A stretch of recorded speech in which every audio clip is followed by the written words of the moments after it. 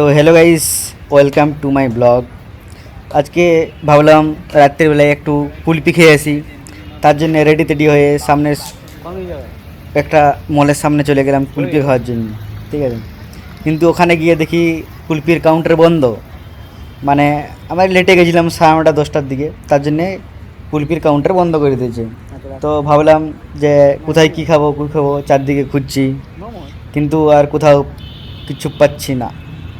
ঠিক আছে, তো তারপরে ওখানে একটু ঘোরাফেরা করছিলাম। দেখতে পাচ্ছেন লোকজন বেশি নেই, সবাই বাড়ি চলে গেছে।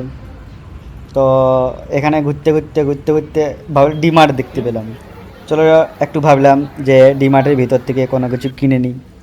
তারপর চকলেট, বিস্কুট এখানে দেখতেছিলাম। ঠিক আছে, কিন্তু কোনো কিছুই পছন্দ হচ্ছিল না। তারপরে কিছুক্ষণ পর একটি কেকের দিকে নজর গেল। ঠিক আছে, তারপরে কেকটার দিকে দেখলাম। ঠিক আছে, এটা ভালোই ছিল, কিন্তু দাম ছিল 15 টাকা। তো 15 টাকা দামের আমি কোনো কিছু কিনি নেই। ঠিক আছে, আমার দামি জিনিস দরকার, তার জন্য ওটা চুপচাপ রেখে দিলাম ব্যাস। তারপরে আবার দিকে 5 টাকার দিকে নজর দিলাম, তারপর বলি না না না না। তারপর সামনে বিস্কুট ছিল, বিস্কুট দেখছিলাম।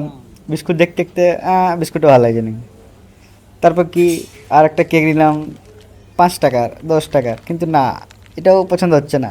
ঠিক আছে, তারপর কি ওখানে একটু ঘুরলাম, ঘুরতেছিলাম যদি কোনো কিছু পছন্দ হয়। তারপরে আর কোনো কিছু পছন্দ না হয়, লাস্টে হতাশ হয়ে রুমের দিকে এগিয়ে যেতে হলো। তো খেতে গেছিলাম কুলপি, খাবার খেলাম কুরকুরে।